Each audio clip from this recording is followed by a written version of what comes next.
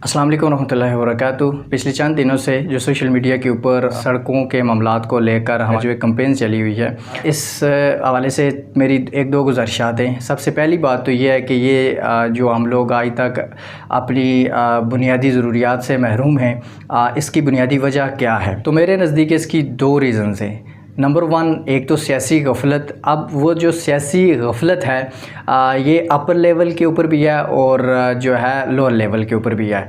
हमारी अपनी सफ़ों के दरमियान बहुत से ऐसे सियासी चपलोस या ठेकेदार मौजूद होते हैं जो बाकायदा तौर पर अपने आप को ये तो कहते हैं कि यार हम इस बात को आगे तक लेकर जाएंगे, यानी कि मिनिस्टर के सामने हम इसको पेश करेंगे और इस मामले का हम हल करेंगे।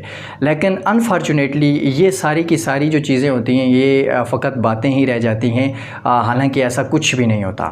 माजी करीब के अंदर जो हमारे गांव में एक हादसा हुआ था जिसमें एक ही दिन में कहीं जाने गई थी, तो जनाज़ों के ऊपर जब सियासी बाइकाट किया गया था, बाकायदा तौर पर उलमा इकराम की जानिब से बाकायदा तकारीर की गई थी कि यार हम सियासी बाइकाट करते हैं, और आवाम ने इस हक़ में ऐलान किया था कि हम वाकई सियासी बाइकाट करते हैं। तो उस टाइम मुझे याद है जावेद अयूब साहब वहाँ मौजूद थे। जनाज़ों के बाद एक जगह के ऊपर जब उनकी बैठक हुई तो वहाँ पर उन्होंने ये कहा था कि आपका मसला क्या है, कि आप कब हमारे पास आए, आपने अपने मसाइल हमें बताए और हमने उनको हल ना किया।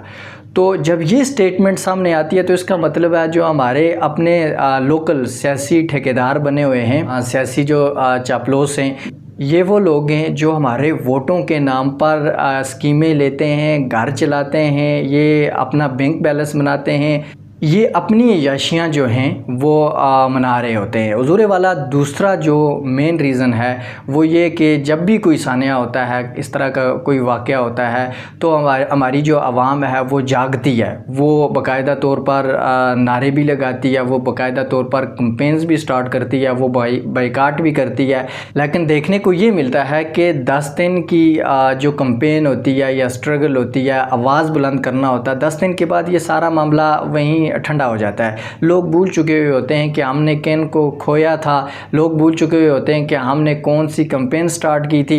ये सारी चीज़ें फ़कत जो है एक माजी की याद बन के रह जाती हैं। जैसे कि आज दोबारा ये मसला जो है सोशल मीडिया के ऊपर दोबारा से ये उठाया गया है और उठाना चाहिए। मेरी आप सारों से ये गुजारिश है कि सबसे पहले तो अपनी सफ़ों में जो ये चापलूस सियासी ठेकेदार मौजूद हैं, सबसे पहले तो आप इनको बेनकाब करें। ये वो लोग हैं जो हमारी माशरती तरक्की में सबसे बड़ी रुकावट बने हुए हैं। और जो दूसरी मेरी गुजारिश है आप सारों से कि इस दफ़ा ये जो मामला उठा है, जिसको सोशल मीडिया के ऊपर भी ट्रेंड बना रहे हो आप सारे, हम सारे मिल के इसके ऊपर जो है इसको वायरल कर रहे हैं ताकि इंतज़ामिया तक जो है वो ये हमारी आवाज़ वो पहुँच सके। हुज़ूर वाला ये फ़कत चंद दिन की नाराबाजी नहीं होनी चाहिए, ये चंद दिनों का जो है एक कैंपेन नहीं होनी चाहिए, सोशल मीडिया की हद तक की जो है नहीं होनी चाहिए। सोशल मीडिया को इस्तेमाल करना है अपने राइट्स को हासिल करने में, ना कि सिर्फ सोशल मीडिया तक ही लिमिटेड हमने रहना है। हुज़ूर वाला अभी हमने प्रैक्टिकल जो है वो एक प्लान तैयार करके उसको फॉलो करना होगा, तो तब जाके जो है ये जो आवाज़ उठा रहे हैं या जो हमारे एजेंडे हैं, जो भी हमारे मकासद हैं, ख़ास तौर पे जो हमारी सड़क का मसला है, वो तब तक हल नहीं होगा जब तक ये हम सारे लोग मुतहद होकर इस मसले के ऊपर जो है एक आवाज़ नहीं उठाएंगे और एक कैंपेन का साथ नहीं देंगे। और वो कैंपेन प्रैक्टिकल होनी चाहिए। सारे मिल के ये एजेंडा बनाते हैं कि चूँकि इलेक्शन को अभी टाइम है, इलेक्शन से पहले हमारे ये मुतालबात पूरे होने चाहिए। अगर इलेक्शन से पहले ये हमारे मुतालबात पूरे नहीं होते, जो काम रुका हुआ वो नहीं हो रहा, जो काम मंजूरी हुई है लेकिन जिसको स्टार्ट होना था वो नहीं हुआ, बदकिस्मती से ये जो सड़कें जिनकी अभी हम लोग आवाज़ बुलंद कर रहे हैं ये आज जो है मुकम्मल हो जानी चाहिए थी। अगर यही आवाज़ हमने माजी में बुलंद की हुई होती। बस याद रखिएगा कि माजी को दोहराना नहीं है, यानी कि जो गलतियां माजी में की हैं, कैंपेन स्टार्ट की है, उसके बाद 10 दिन के बाद ठप,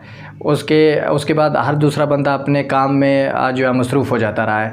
इस दफ़ा इलेक्शन से पहले हमारे ये मुतालबात पूरे हो जाने चाहिए। इलेक्शन से पहले अगर ये हमारे मुतालबात पूरे नहीं होते तो ये जो सियासी ठेकेदार बने हुए हैं तो इनको भी आईना दिखाना ज़रूरी है। अगर आप लोग अभी भी अपने ये जो बुनियादी हक़ हैं इनके लिए आवाज़ बुलंद नहीं करेंगे, इनके लिए बाकायदा तौर पर एक एजेंडे के साथ मिलकर सारे नहीं चलेंगे, तो याद रखिएगा आप लोगों की गफलत की वजह से आने वाली नस्लें आपको कभी माफ़ नहीं करेंगी। अगर आज आप लोगों ने राइट टाइम पे राइट डिसीजन आपने अगर ना लिया तो